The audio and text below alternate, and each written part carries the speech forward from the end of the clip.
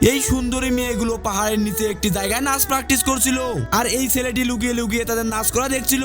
তারপর ছেলেটি তার হাতে থাকা বাঁশিটি বাজাতে শুরু করে। সেই বাঁশির সুর শুনতে পেয়ে তারা অনেক আতঙ্কিত হয়। তখন রাজকুমারী বাঁশির আওয়াজ কোথা থেকে আসছে সেটা দেখার জন্য একটু দূরে চলে আসে।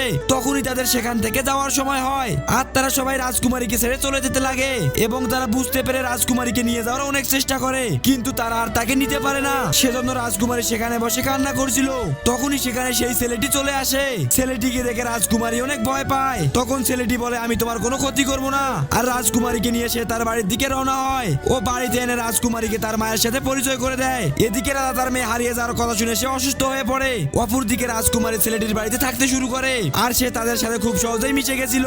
ও শান্তিতে বসবাস করছিল এবং ছেলেটির সাথেও তার অনেক ভালো সম্পর্ক হয়েছিল।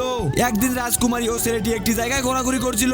তখনই সেখানে একজন সিপাহী চলে আসে আর রাজকুমারীকে তার রাজ্যে ফিরে যাওয়ার জন্য অনুরোধ করতে থাকে আর তার বাবার অসুস্থ হওয়ার কথাও জানায়। হঠাৎই রাজকুমারী দেখতে পায় তার রাজ্যে ফিরে যাওয়ার পোর্টাল খুলেছে।